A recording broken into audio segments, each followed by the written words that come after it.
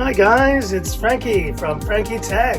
Good to see you guys again, and here I share my 10-day and final review of the iPhone 12. Final review, Frankie Tech, you may ask. That's right guys, because the iPhone 12 is actually no longer staying in my possession, and I will share the main reason why in a second. But for now, I just wanted to share my 10-day experience of my time with this phone. Guys, from the moment I picked up this device, I knew it was a very special one. To go back to this kind of flat edge look on an iPhone was something that was years in the making. And to finally pick up this phone in this gorgeous blue color, let me tell you, this is the main reason why I've loved this phone. It's just a stunning blue, and I really do think it's the nicest color that Apple has released in a long time. And the build quality of this device is just excellent, really clicky buttons, and just an overall fit and finish that is unsurpassed this year. And in terms of display, we got a 6.1-inch OLED display, the first time on a regular iPhone that we saw this. Really high pixel density, a terrific white point, and yes, there's no high refresh rate on this iPhone 12, but considering the quality of this OLED panel and the much smaller bezels now that you get on this phone, yes, you have a notch still, but I haven't minded that. I've really enjoyed the display on this phone. And the other thing I've really enjoyed has been the performance. In terms of Geekbench scores, you see it here. A14 is legit, guys. It is a powerhouse of a chipset, and in short bursts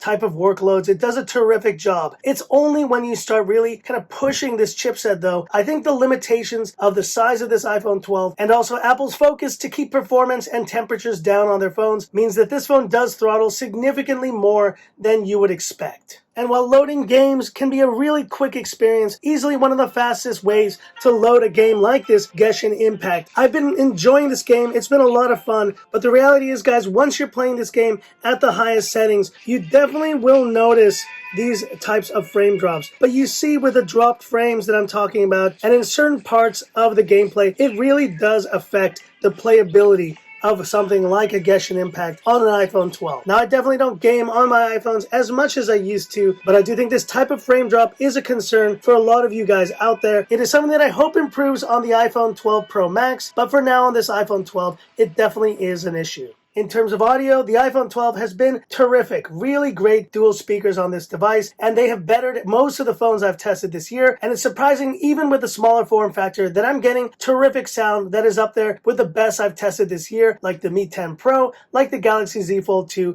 and the Mate 20X from a long time ago. And last but not least, the cameras on this device have been terrific. Video, as usual, has been gold standard level, and output from the main camera and the ultra-wide with the new HDR3 and night modes has produced some really stunning results. Guys, all in all, this has been one of the best iPhone experiences that I have ever had.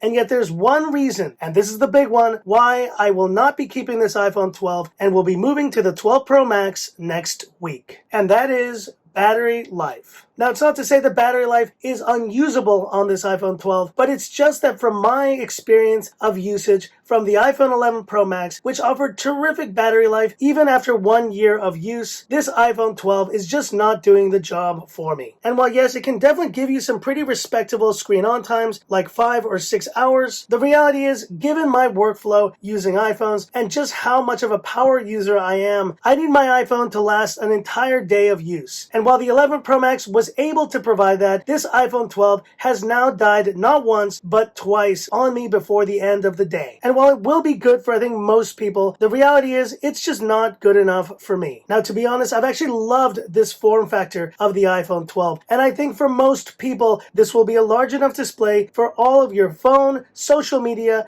and other daily needs. But for me, guys, the prospect of an even larger display than the one I had in my iPhone 11 Pro Max is very exciting. The big phone is not for everyone, but it's definitely for me, and that is why I'm saying goodbye to the iPhone 12 after 10 days of use. It's been a terrific device, and I think for many users, it's the perfect iPhone to get of all the 12 series phones this year. But hit me up in the comments. What are your thoughts on this iPhone 12? Do you think it's the ideal iPhone for most users? And would you like to see a full review of the iPhone 12 Pro Max once it gets to the channel? Hit me up in the comments. I'd love to hear about it. And that's it for this video. If you liked it, give me that thumbs up. And if you love the content of Frankie Tech, subscribe to the channel. Hit the bell icon for future updates. Got another phone I gotta say goodbye to, so stay tuned for that.